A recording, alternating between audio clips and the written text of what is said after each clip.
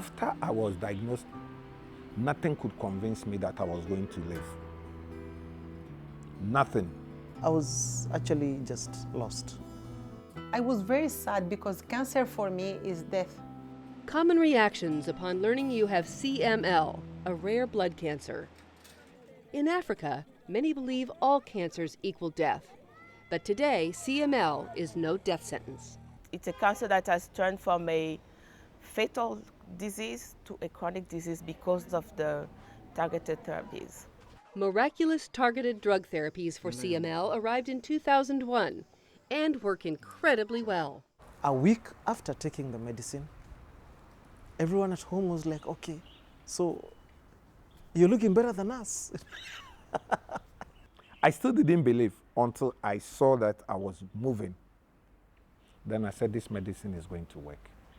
I consider myself that I was very lucky because I had good treatment in time, and that's why I am okay now. I can have a normal life.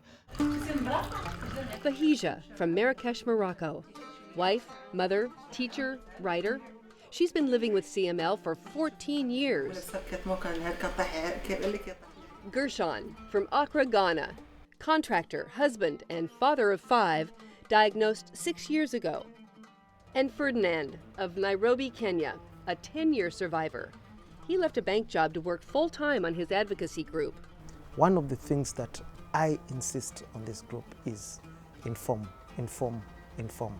But informing and treating people across the vast continent of Africa is challenging.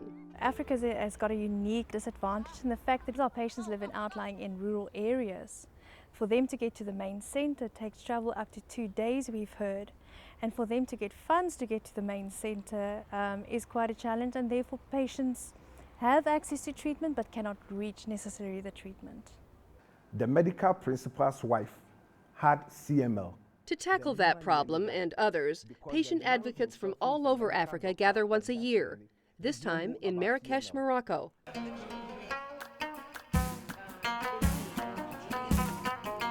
They want others to know these essentials.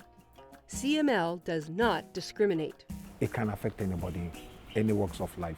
It's found everywhere in the world.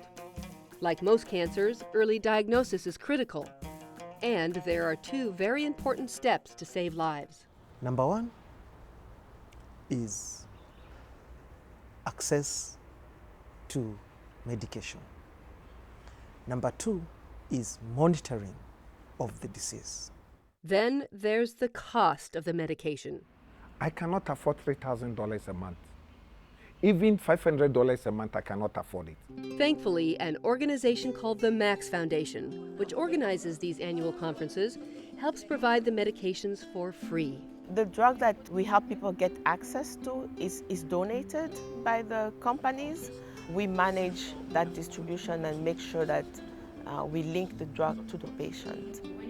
African cancer patients face yet another daunting obstacle: stigma. People think you are bewitched.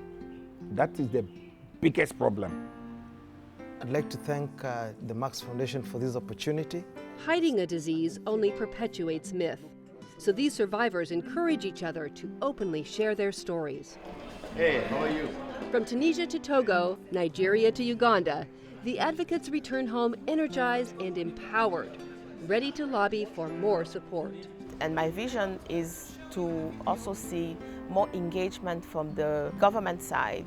And we are willing to meet the government as partners and sit on the table and find a way forward for everyone. So if I am able to inform my patients about the best practices about CML, then it means they are able to fight the cancer better. And the most important thing in my life, that I become the hope of other people. People need to know that there is hope.